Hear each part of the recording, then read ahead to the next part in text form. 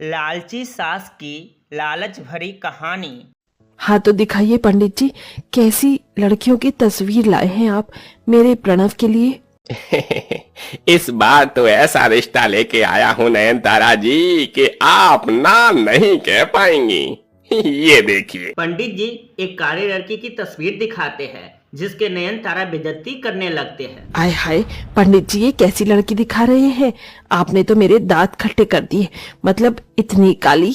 खुद ही सोचिए, मेरा प्रणव खोए की बर्फी है और ये काला गुलाब जामुन। हाँ, जरा भी जोड़ी नहीं लगेगी। देखिए बहन जी, अब आपको भर भर कर दहेज भी चाहिए और बहू भी काली नहीं। तो दोनों बातें थोड़े ना होंगी। बाकी देख लीजिए, लड़की माँ बाप की इकलौती है। बिन मांगे इतना दहेज देंगे कि आप शायद रख नहीं पाएंगी। समझदारी इसी में है बहन जी कि आप काले रंग के चलते ये मालदार पार्टी छोड़िए मत। नयनतारा दहेज के लालच में हाँ बोल देती है। वो लालची किस्म की थी जो अपने बेटे के लिए पैसे वाला घर देख रही थी। अगले दिन लड़की देखने जाने के लिए तीनों तैयार हो गए। तभी प्रणव के घर पर एक गोरी लड़की का वीडियो कॉल आया। हाय शुगर लिप्स, आज तुम तो अपनी चार्वी को मॉर्निंग वाइफ देना ही भूल गई। और तुमने ये कुर्ता पजामा क्यों पहना है? वो माँ के साथ कहीं जाना है।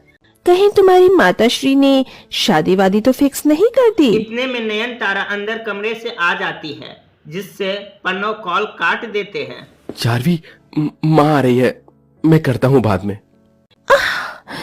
काट दिया मेरा कॉल। काट दिया तो काट दिया, हो केयर्स। मर जावा गुड़ खा के। कितना स्मार्ट और भेरी भरी ब्यूटीफुल लग रहा है मेरा प्रणव। माँ, इट्स नॉट नहीं, स्मार्ट होता है। हाँ, मैं भी तो वही बोल रही थी। अरे अब जल्दी से चलो भाग्यवान। हाँ, चलिए बाजार से छोटी मोटी फल की टोकरी, आधे किलो की मिठाई का डिब्बा और 200 के सूट थमा देंगे और कर लेंगे रिश्ता पक्का। ठीक है ना जी? ये कंजूस औरत कभी नहीं बदलेगी। सब लड़की के घर आते हैं जहाँ पार्लर वाली मुंह टेढ़ा बनाकर मेकअप कर रही थी। उफ, मैंने आज तक इतना काला और डल फेस नहीं देखा। इन पर तो मेकअप भी नहीं टिक रहा। ऐसा करो, भर भर कर पाउडर लगा दो, पर अच्छा मेकअप करना ताकि लड़के वाले को पसंद आ जाए। भगवान जब एक लड़की को काला बना देते हैं तो उसे बहुत ही कठिनाइयों से गुजरना पड़ता है।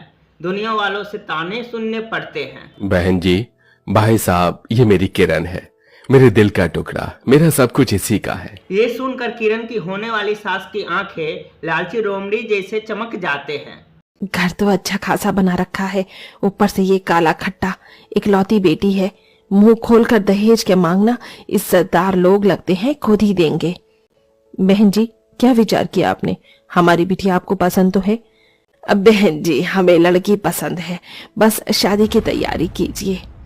दोनों परिवार में शादी की सजावट और रस्में शुरू हो जाती है। किरण दिल में हजारों सपनों लेकर विदा होकर ससुराल से आती है, जहां आरती की थाली लिए नयनतारा खुद खुशी मनाते हुए मुस्कुरा रही थी। अपनी काली बहू के दहेज लेकर आने के कितने सपने देखे थे मैंने, आज सब पूरे होंगे। एसी, कूलर, फ्रिज, ट्रक भर के सामान आएगा मेरे घर में।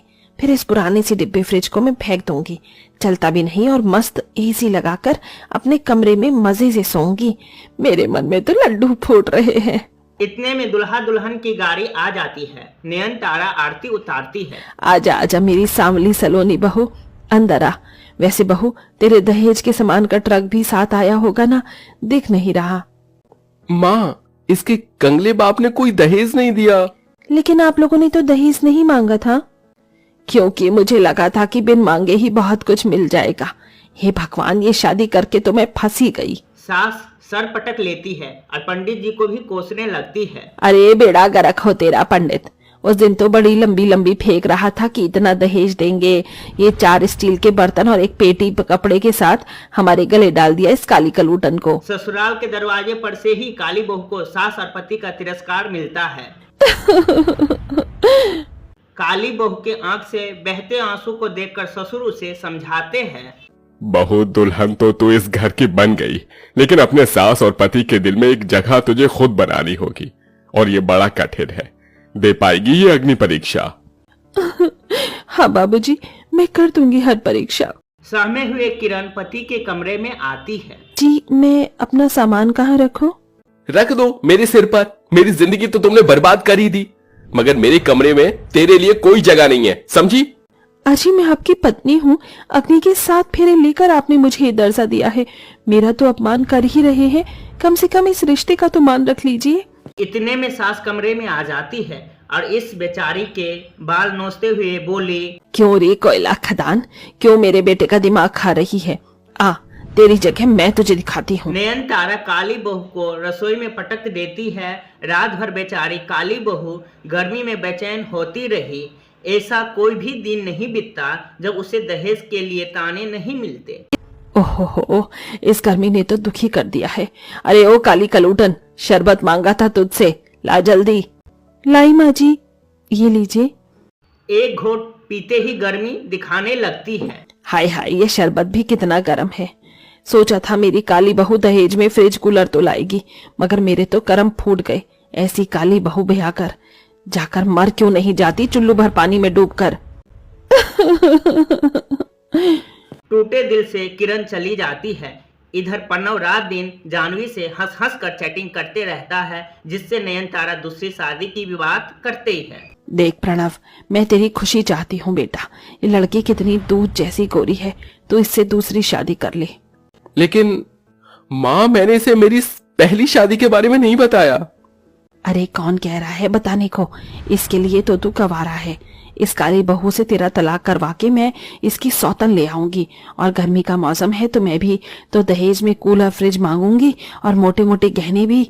दरवाजे से किरण सब सुन लेती है और सिसक सिसक कर रोने लगती है। तो क्या दहेज की कूलर फ्रिज और चंद गहनों के लिए माँ जी मेरी सौतन लाएंगी?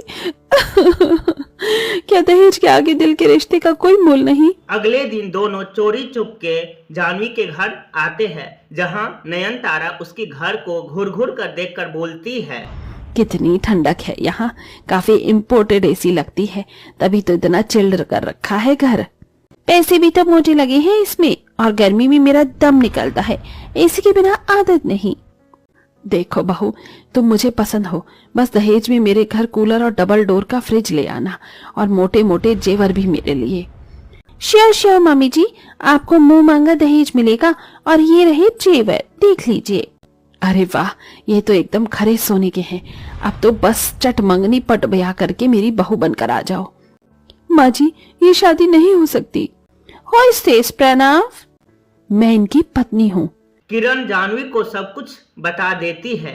इतने में पुलिस आकर दोनों को हथकड़ी डाल देती है। अरे इंस्पेक्टर, मुझे क्यों हथकड़ी डाल रहे हो? मैंने कौन सी चोरी डकैती थोड़ी ना की है। लेकिन दहेज प्रताड़ना तो किया है, उसके लिए आपको हम गिरफ्तार करते हैं। आप दोनों ने मुझे मजबूर कर दिया ऐसा करने पर। माँ जी, आप दोनों का दिल जीतने के लिए मैंने हर जतन किया, अपमान सहा, लेकिन आप दहेज के लिए मेरी सौतन लेने जा रही थी। हाँ? मेरी जगह आपकी बेटी के साथ अगर यही होता तो कैसा लगता? ये सुनकर नयनतारा के दिल और दिमाग से लालच का पर्दा हट जाता है। बहू, मुझे माफ कर दे, मैंने तेरा दर्द देखा नहीं, दहेज के चक्कर में मैं लालची हो गई थी। अरे, सबसे ज्यादा कसूरवार तो मैं हूँ, जिसने कभी तुम्हें इज्जत नहीं दी। माँ, आपको कूलर फ्रिज जो भी चाहिए मैं कमा कर ला दूंगा, लेकिन अब मुझे मेरी पत्नी चाहिए। चारवी, मुझे माफ कर देना, मैंने तुम्हें भी धोखे में रखा। इट्स ओके प्रणव, किरण तुम्हारे लिए बेस्ट लाइफ पार्टनर है, उसकी जैसी तो मैं भी नहीं हूँ। मैं तुम्हारी सौतन नहीं बनूंगी किरण। सबका पछतावा देखकर किरण का दिल पिघल जाता है। वह कंप्लेन वापस ले लेती है, जिसके बाद प्रणव उसे अपना लेती है। नयनतारा भी दहेज की बुरी लालच छोड़ देती है।